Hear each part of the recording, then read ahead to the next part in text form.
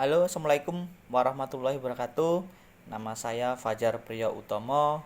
Saya adalah mahasiswa Universitas Nahdlatul Ulama Kalimantan Timur atau yang disebut dengan UNU Kaltim. Kali ini kita berjumpa lagi. Saya akan membawakan materi Lembaga Keuangan Islam atau Baitul Mal wat Tamwil atau disingkat dengan BMT. Dengan mata kuliah Ekonomi Islam, dosen pengampu Bapak Haji Sunarto SEMSI. Saya kelas akuntansi malam khusus untuk karyawan. Baik, saya akan menjelaskan tentang apa itu pengertian BMT, fungsi BMT, dan tujuan BMT, asas dan landasan BMT, visi dan misi BMT, prinsip yang digunakan BMT, produk inti BMT, dan yang terakhir adalah kesimpulan. Baik, kita akan masuk. Yang pertama adalah apa itu BMT. Pengertian BMT menurut para ahli adalah BMT merupakan kepanjangan dari kata Baitul Mal wat Tamwil, yaitu lembaga keuangan mikro yang beroperasi berdasarkan prinsip-prinsip syariah. BMT sesuai dengan namanya terdiri dari dua fungsi. Yang pertama, Baitul Tamwil, yang kedua adalah Baitul Mal. Apa saja fungsi BMT? Yang pertama, mengidentifikasi, memobilisasi, mengorganisir, mendorong dan mengembangkan potensi serta kemampuan ekonomi anggota. Yang kedua, mempertinggi kualitas sumber daya anggota agar menjadi lebih profesional dan islami. Yang ketiga, menggalang dan mengorganisir potensi masyarakat dalam rangka meningkatkan kesejahteraan anggota menurut Muhammad Ridwan tahun 2004. Nah, sekarang tujuan Baitul Mal wat Tamwil atau BMT. Didirikannya BMT dengan tujuan meningkatkan kualitas usaha ekonomi untuk kesejahteraan anggota para khususnya dan masyarakat para umumnya. Anggota harus diberdayakan supaya dapat mandiri dengan sendirinya, tidak dapat dipahami bahwa BMT berorientasi pada upaya peningkatan kesejahteraan anggota dan masyarakat menjadi sangat tergantung pada BMT. Pemberian modal pinjaman sedapat mungkin dapat memandirikan ekonomi para peminjam. Oleh sebab itu, perlu dilakukan pendampingan dalam pelemparan pembiayaan.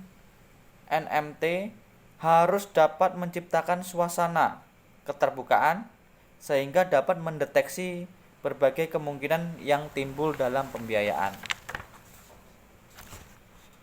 Asas dan landasan BMT.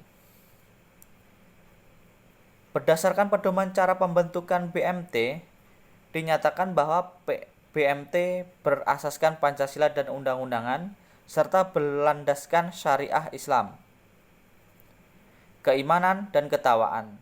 Adapun status dan legalitas hukum,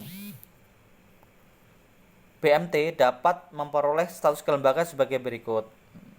Yang pertama, kelompok swadaya masyarakat yang berada di bawah naungan Pinbuk berdasarkan naskah kerjasama Pinbuk dengan PHBK Bank Indonesia.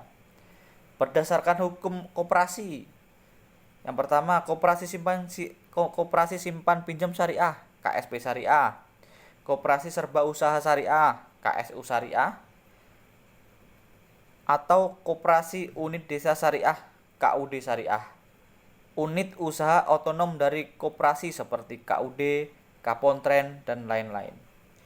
Visinya, visi BMT adalah yaitu untuk supaya mewujudkan BMT menjadi lembaga yang mampu meningkatkan kualitas ibadah anggota.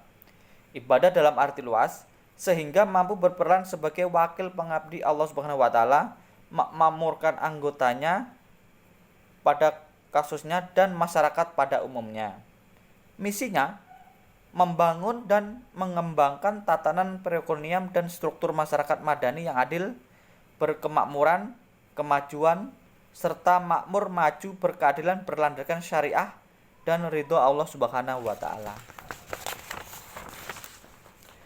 Prinsip-prinsip BMT. Prinsip-prinsip BMT adalah 1. Prinsip bagi hasil, 2. Prinsip jual beli, 3. Prinsip non-profit. Nah, adapun mengenai produk inti dari BMT sebagai fungsi dari Baitul Tanwil adalah ada 2. 1. Produk penghimpunan dana. Apa produk-produknya? Salah satunya adalah Al-Waidah 17, Al-Mudaradah, Amanah. 2. Produk penyaluran dana. Apa itu? Contohnya seperti pembiayaan mudarobah, pembiayaan musyarakah, pembiayaan murabahah, pembiayaan bai bit samal ajil, pembiayaan al-faradul hasan. Nah, sekarang kita masuk ke kesimpulannya adalah BMT adalah suatu badan usaha daerah yang sangat berperan penting dalam pengembangan di era otonomi daerah. BMT bertujuan untuk memfasilitasi pengembangan keuangan mikro syariah. Diperlukan suasana yang kondusif, misalnya dukungan peraturan-peraturan yang memfasilitasi pengembangan maupun melindungi keuangan mikro itu sendiri, bukan untuk menghambat atau mematikan. Selain itu, juga untuk bertujuan meningkatkan kualitas usaha ekonomi untuk kesejahteraan anggota pada khususnya dan masyarakat pada umumnya. BMT merupakan lembaga non-bank yang berperan besar terhadap perekonomian daerah. Untuk itu, pemerintah perlu memfasilitasi agar BMT bisa bersaing dengan lembaga keuangan yang lain.